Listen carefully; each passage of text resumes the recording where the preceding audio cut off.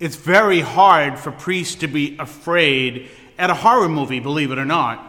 Because if you really think about it, the themes of horror movies are themes that we deal with on a regular basis, and we deal with them in ways that don't scare us.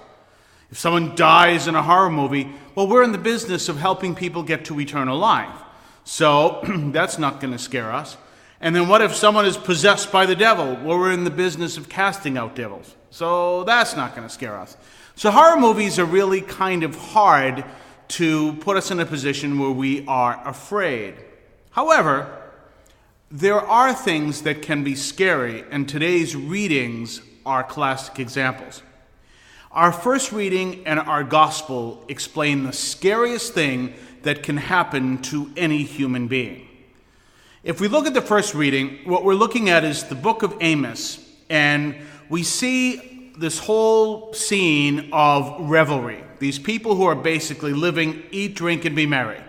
They only care about themselves. They only care about their own happiness. They only care about everything that can make them happy people, and they care less about nobody else.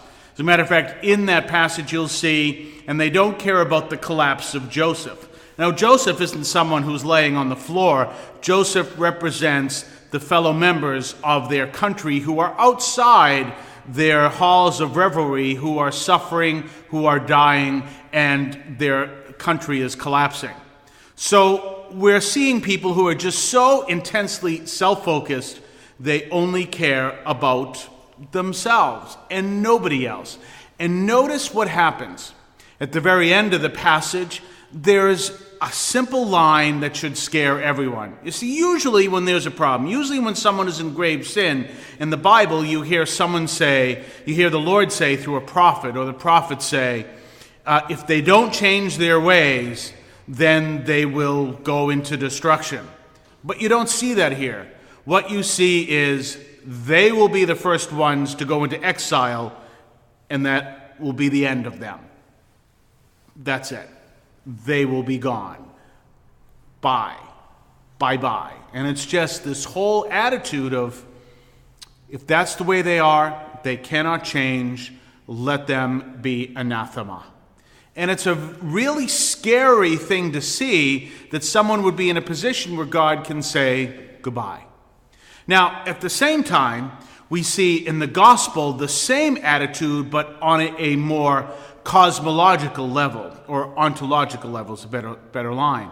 You have Lazarus and the rich man. Now, it's important to understand something. A lot of people refer to the rich man as Dives, because Dives is Latin for rich man. He's not Dives. He is a rich man.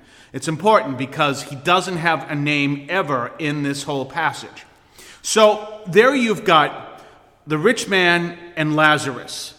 And if you look carefully at this passage, where you see Lazarus, who is suffering outside the rich man's house, he doesn't care about him. The dogs care more about him than the rich man. And if you see that whole scene, then notice something. The story is written from the perspective, from a heavenly perspective after the death of both of them. If you look very carefully, it's a heavenly perspective after the death of both of them. So when you look at that, you see this whole focus of the rich man, and you see the focus of Lazarus and that image. But look what happens after they die. It's reversed. Now, imagine someone is telling the story and they're smoking a cigarette. Maybe you could, if some of the great TV guys, such as Rod Serling, who almost always had a cigarette in every one of his shows. Imagine that whole aspect of the cigarette and man telling the story. Lazarus dies. Lazarus dies, and he's taken by the angels to the bosom of Abraham.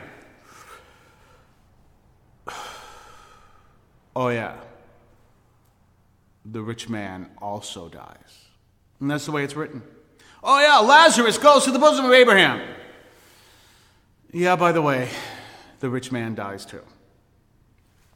The status the two of them have is reversed. Now the rich man is in hell, and notice what he does.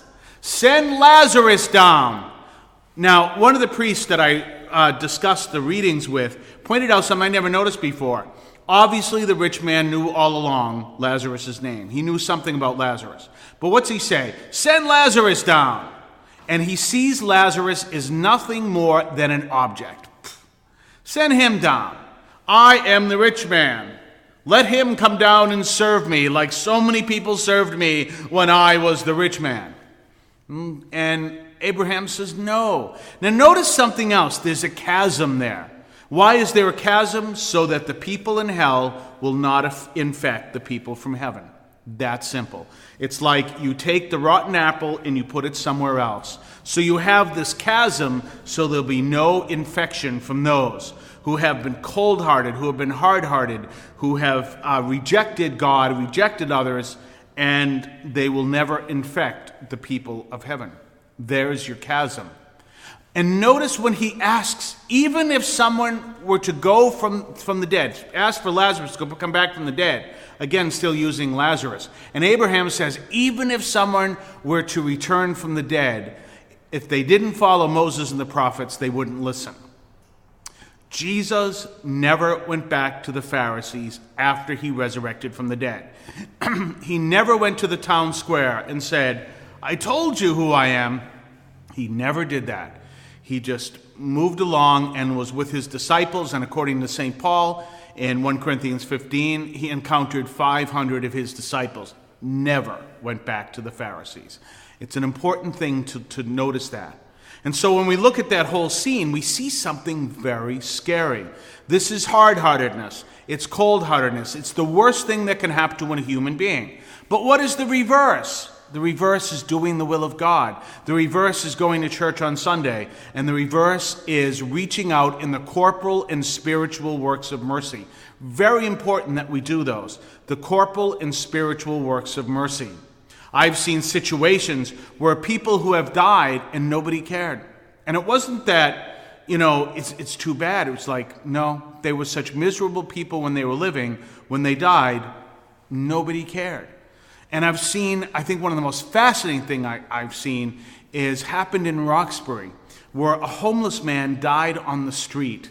And the people in this very poor neighborhood came together, did whatever they could, so that this homeless man, who I don't even know if they knew his name, this homeless man could have a decent burial. That's the corporal or the spiritual work, the corporal work of bury the dead. And so they came together and made sure he had a decent funeral. These people who didn't have much money, but pulled whatever they could for this homeless man. A real, true story of the rich man and Lazarus, in a sense. I've seen it, where you just see, again, the people who die treated everyone like dirt and nobody cares. And then the people who others turn around and say, we've got to make sure he has a decent burial. The worst thing that can happen to you is a hard heart. Seek to do the will of God. Seek to love others as God calls us to do. Seek to do charity, and let us all be aware when we turn our backs on someone, if that was appropriate or whether we are opening ourselves to having a hard heart for the rest of eternity. God bless you.